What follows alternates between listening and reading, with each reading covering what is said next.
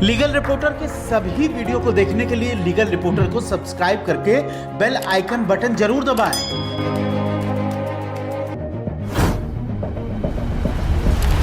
नमस्कार, मैं हूं विप्लव अवस्थी। लीगल रिपोर्टर में आपका स्वागत है। 2 दिन से हम एक ऐसी खबर चल रही है जो कहीं ना कहीं एक हास परिहास का कारण भी बन रही है। दूसरी तरफ देश की सबसे बड़ी अदालत यानी कि सुप्रीम कोर्ट के फैसले पर तमाम टीका टिप्पणी भी हो रही है। हम चर्चा करने जा रहे हैं आज ऐसे एक खबर की जो तमाम वेबसाइट में और तमाम अखबारों में आ चुकी है। एक एडवोकेट दीपक कंसल नाम के शख्स हैं जिन पर सुप्रीम कोर्ट ने 100 रुपये का जुर्माना किया था। उस जुर्माने की राशि को चुकाने के लिए सुप्रीम कोर्ट के तमाम एडवोकेट्स ने एक व्हाट्सएप ग्रुप बनाया है और व्हाट्सएप ग्रुप बनाकर उस पर 50-50 पैसे उसको जो एडवोकेट दीपक कंसल हैं उन्हें भेज रहे हैं। ये खबर है तो इस खबर पर तमाम तरह की प्रतिक्रियाएं आ रही हैं। कोई लाफ्टर कर रहे हैं, कोई हंस रहे हैं, कोई क्रिटिसिज्म कर रहे हैं। लेकिन अगर मैं बताना चाहूँगा कि इस खबर को उठाने का मकसद क्या था, इस खबर को उठाने का मकसद ये है कि इसके पीछे का एक बैकग्राउंड है। 6 जुलाई का सुप्रीम कोर्ट का एक आदेश है जिसमें एडवोकेट दीपक कंसल को 100 रुपये का सुप्रीम कोर्ट ने जुर्माना किया था। निश्चित रूप से 100 रुपये का जुर्माना क्या होता है वो तो केवल एक सिंबॉलिक जुर्माना था, लेकिन उसके पीछे की कहानी क्या है। कहानी ये है कि लॉकडाउन के दौरान, जैसा कि आपको याद होगा कि मार्च में लॉकडाउन हुआ और करीब 3-4 महीने तक लॉकडाउन चला, अब अनलॉक की प्रक्रिया चल रही है। उस दौरान एडवोकेट दीपक कंसल, चूंकि सुप्रीम कोर्ट उस समय पूरी तरह से प्रॉपर बैठ नहीं रहा था, जब मैं आपसे बात कर रहा हूं उस दिन तक नहीं बैठ रहा है, वर्चुअल कोर्ट्स चल रही हैं, कम कोर्ट्स चल रही हैं, एडवोकेट से वीडियो कॉन्फ्रेंसिंग के थ्रू सुप्रीम कोर्ट बातचीत कर रहा है।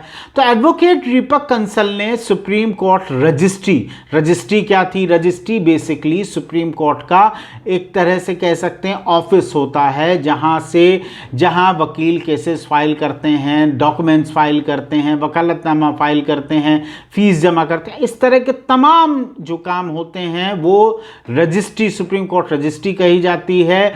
और बाकायदा रजिस्ट्रार जनरल होते हैं उनके देखरेख करने वाले। तो सुप्रीम कोर्ट की रजिस्ट्री पर एडवोकेट दीपक कंसल ने सुप्रीम कोर्ट में ही एक याचिका दाखिल करके बड़ा आरोप लगाया। आरोप क्या था? उन्होंने अपने आरोप में कहा कि जो इन्फ्लुएंशियल वकील हैं, प्रभावित करने वाले बड़े वकील हैं, धनवान वकील हैं, जिनके पास केसेस ज़्यादा हैं, पैसा ज़्यादा है, या वो लॉ फर्म्स जिनके पास केसेस की संख्या ज़्यादा है, उन लॉ फर्म्स के मामले ही सुप्रीम कोर्ट सुन रही है, उनके ही मामले रजिस्ट्री आगे करती है, जबकि जो मिडिल क्लास वकील है उनके मामलों की सुनवाई नहीं हो रही है। ये आरोप दीपक कंसल ने सुप्रीम कोर्ट में याचिका दाखिल करके लगाया। इस पर सुप्रीम कोर्ट ने विस्तृत सुनवाई करी और अपना फैसला 6 जुलाई को दिया। उस फैसले में सुप्रीम कोर्ट ने बहुत बातें कही। पहले तो जो एडवोकेट दीपक कंसल थे जिन्होंने आरोप लगाए थे कि उनकी पिटीशन पे लगातार नहीं सुनवाई हो पा रही है, और इसी बीच रिपब्लिक टीवी के एडिटर अर्नब गोस्वामी की याचिका आई थी। आपको याद होगा अर्नब गोस्वामी के खिलाफ महाराष्ट्र और कई जगह तमाम केसेस उनके दाखिल हो गए थे। उनके पुलिस ने कई केसेस उन पर दर्ज कर लिए थे। आपको याद होगा सोनिया गांधी जो कांग्रेस पार्टी की कार्यकारी अध्यक्ष, उनके मामले में उनको लेकर आपत्तिजनक टिप्पणी करने के मामले में ये एफआईआर दर्ज हुई थी, जिसको लेकर अर्नब गोस्वामी सुप्रीम कोर्ट गए थे। दीपक कंसल का ये कहना है सुप्रीम कोर्ट में कि उनकी याचिकाओं को तो सुना ही नहीं गया, उन पर बहुत लेट लतीफ़ी करती रही रजिस्ट्री, उन पे तमाम तरह से डिफेक्ट बताती रही। डिफेक्ट का यहाँ सीधे तौर पर मतलब है कि याचिकाओं में कमी, जो कमियाँ होती हैं याचिकाओं में, यहाँ एफिडेविट फाइल नहीं किया है, या फीस टाइम से नहीं जमा की, या जितनी फीस है उतनी नहीं जमा की है, जहां तमाम हस्ताक्षर होने वहां हस्ताक्षर नहीं किए गए, एनेक्शस नहीं लगाएं, इंडेक्स नहीं बनाए। तो ये तमाम तरह के डिफेक्शंस होते हैं जो कोई भी अगर वकील याचिका दाखिल करता है तो सुप्रीम कोर्ट उसको बताता है। अब इस मामले में दीपक कंसल के मामले में सुप्रीम कोर्ट के जस्टिस अरुण मिश्रा की कोर्ट ने एक ऑर्डर दिया। सबसे पहले सुप्रीम कोर्ट ने उस जो ऑर्डर है उसमें साफ तौर पर जो दीपक कंसल के कंसर्न थे, जो उन्होंने अपने आर्गूमेंट में तमाम कंसर्न दिए थे, उन्होंने कहा था कि समय समय पर इसी लॉकडाउन के दौरान उन्होंने कई याचिकाएं दाखिल करी लेकिन उनको सुनवाई का मौका नहीं मिला। मैं कुछ याचिकाएं देख रहा हूं। रिट पिटीशन है 10,951 2020, ये डायरी नंबर है। 16/4/2020 को फाइल हुई, लिस्ट हुई 27/4/2020 को। सेकंड उनकी पिटीशन थी डायरी नंबर 11,236/2020, ये 12/5/2020 को इनको दाखिल की गई, उस पर सुनवाई नहीं हो पाई। इसके बाद ही उनकी एक और पिटीशन है जिसमें थर्ड पिटीशन जिसमें 522/2020 है, डायरी नंबर 11,552 है 2020 का। 20/5/2020 को ये दाखिल की गई और इसका नंबर आया जून में। ये कहना था जो वकील हैं उनका ये कहना था, जबकि उनका ये कहना था कि 23/4/2020 को जो रिट पिटीशन डायरी नंबर है 11,006/2020 Arnab Ranjan Goswami versus union of India, उन विदाउट एनेक्शर, उन दीपक कंसल का दावा है कि विदाउट एनेक्शर अर्नब गोस्वामी की पिटीशन को शाम को ही रजिस्ट्री ने ओके कर दिया, साफ कर दिया, आगे बढ़ा दिया, लेकिन उनके मामले में सुनवाई नहीं हुई।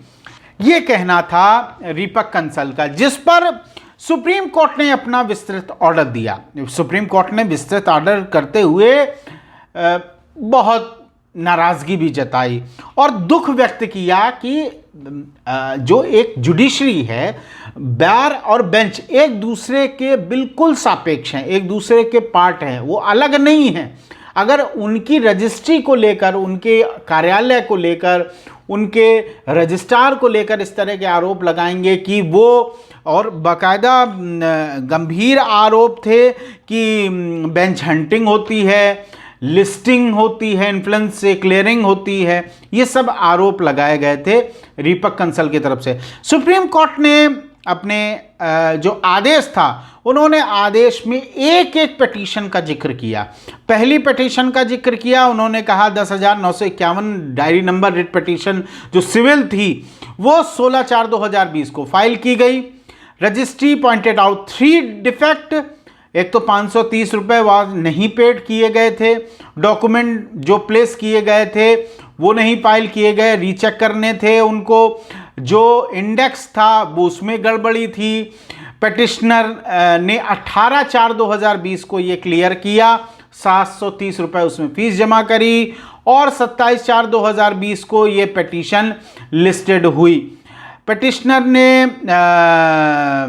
लिस्ट नहीं हो पा रही थी लेकिन सुनवाई पे आई, यानी कि 16/4/2020 को पिटीशन फाइल हुई, 27/4/2020 को ये सुनवाई पे आ गई। दूसरे सेकंड इंस्टांस में उनका ये कहना था कि the second instance given by the petitioner is that a writ petition civil number 11,236/2020 was filed on 12 May 2020 which has not been listed by registry till today. He was informed that there were no defect in the writ petition but a copy of the writ petition was missing. After that no update was given by the registry. ये इनका जो तमाम जो आरोप था उस पर supreme court ने एक एक करके इसका जवाब दिया है। सुप्रीम कोर्ट ने अपने जवाब में साफ तौर पर कहा है कि ऐसी तमाम परिस्थितियां होती हैं लॉकडाउन के दौरान, ऐसी तमाम परिस्थितियां जी जिसके कारण जो प्रॉपर कोर्ट चल रही थी वो नहीं चल पा रही थी। इसके साथ ही सुप्रीम कोर्ट ने कहा कि ऐसा नहीं होता है कि आप लगातार हम पर आरोप लगाते रहें, एक मशीनरी काम कर रही है उस पर आप आरोप लगाते रहें।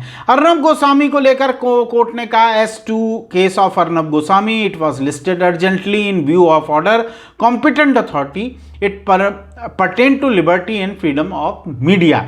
यानी कि सुप्रीम कोर्ट ने कहा कि चूंकि अर्नब गोस्वामी के मामले में इसलिए भी सुनवाई जल्दी हो गई थी क्योंकि कॉम्पिटेंट अथॉरिटी से, आप जानते हैं पुलिस ने इनके खिलाफ एफआईआर दर्ज कर ली थी, तो एक अर्जेंसी थी मैटर में, तो अर्जेंसी के कारण इनकी जो केस की सुनवाई है वो जल्दी करने का फैसला किया। अब सुप्रीम कोर्ट ने जो महत्वपूर्ण बात है, सुप्रीम कोर्ट ने कहा कि we take judicial note of that a large number of petitions are filed which are defective, still the insistence is made to list them and mention is made by they should be listed urgently. It happens in a large number of matter. Unnecessary pressure is put upon the assistant dealing with the case. We find due to mistake, carelessness when petition with defect are filed, it should not be expected that they should be listed instantly.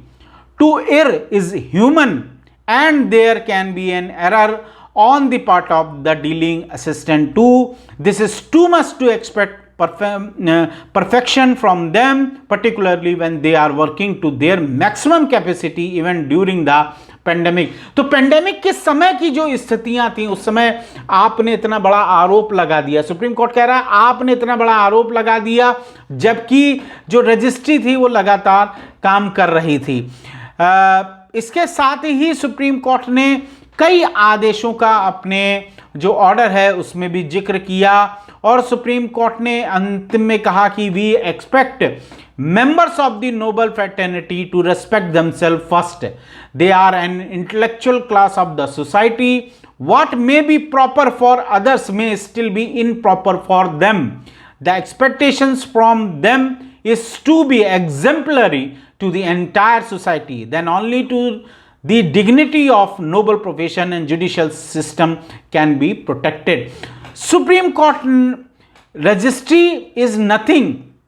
The registry is nothing but an arm of the court, an extension of its dignity. Bar is equally respected and responsible part of the integral system. Registry is part and parcel of the system and the system has to work in tandem, mutual reversions.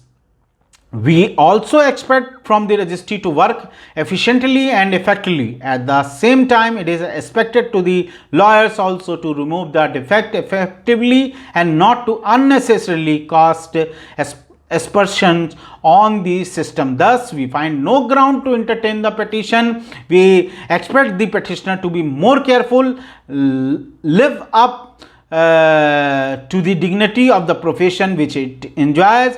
We dismiss the petition and impose cost of rupees 100 on the petitioner as a token to remind his responsibility towards noble profession and that he ought not to have preferred such A petition. तो supreme court के सामने जो बातें कही गई थी कि उनकी पिटीशन के जो लगातार कंसल आरोप लगा रहे थे उन आरोपों का सुप्रीम कोर्ट ने एक एक करके जवाब दिया कि क्या कारण था। डिफेक्ट नहीं क्लियर थे, समय पे फाइलिंग नहीं हुई थी, इंडेक्स नहीं बने थे और आपने इतना बड़ा आरोप रजिस्ट्री पे लगा दिया कि वो मेल प्रैक्टिस कर रहे हैं, वो प्रेफरेंसेस कर रहे हैं, बेंच हंटिंग कर रहे हैं, इस तरह के तमाम आरोप लगाए थे। अब जबकि ये एक नई तरह की खबर आई है कि 100 रुपये जो जुर्माना है उसको देने के लिए 50-50 पैसे इकट्ठे किए जा रहे हैं। एक तरह से देश की सर्वोच्च अदालत के इस तरह की जब खबरें आती हैं तो कहीं ना कहीं एक हास्य का विषय बनता है और मुझे लगता है कि इसको इस तरह की बातों से कम बचा जाना चाहिए क्योंकि देश की सर्वोच्च अदालत है। आपने याचिका लगाई, उन्होंने याचिका सुनी, विस्तृत उस पर ऑर्डर दिया, पॉइंट टू पॉइंट उस पर जो आपने एलिगेशन लगाए थे कि कब आपने पिटीशन फाइल करी, कब उन्होंने सुनवाई करी, 7-8, 8-8, 10-10 दिन के अंतर में सुनवाई हुई, पेंडेमिक जैसा माहौल था जब हर व्यक्ति परेशान था, लेकिन तब भी लोग वहाँ काम कर रहे थे, कम से कम उसकी रेस्पेक्ट करनी चाहिए। तो फिलहाल इस कड़ी में इतना ही। इस आदेश के और तमाम आदेशों को लगातार लीगल रिपोर्टर के माध्यम से मैं बताता रहूँगा। तब तक के लिए नमस्कार। लीगल रिपोर्टर के सभी वीडियो को देखने के लिए लीगल रिपोर्टर को सब्सक्राइब करके बेल आइकन बटन जरूर दबाएं।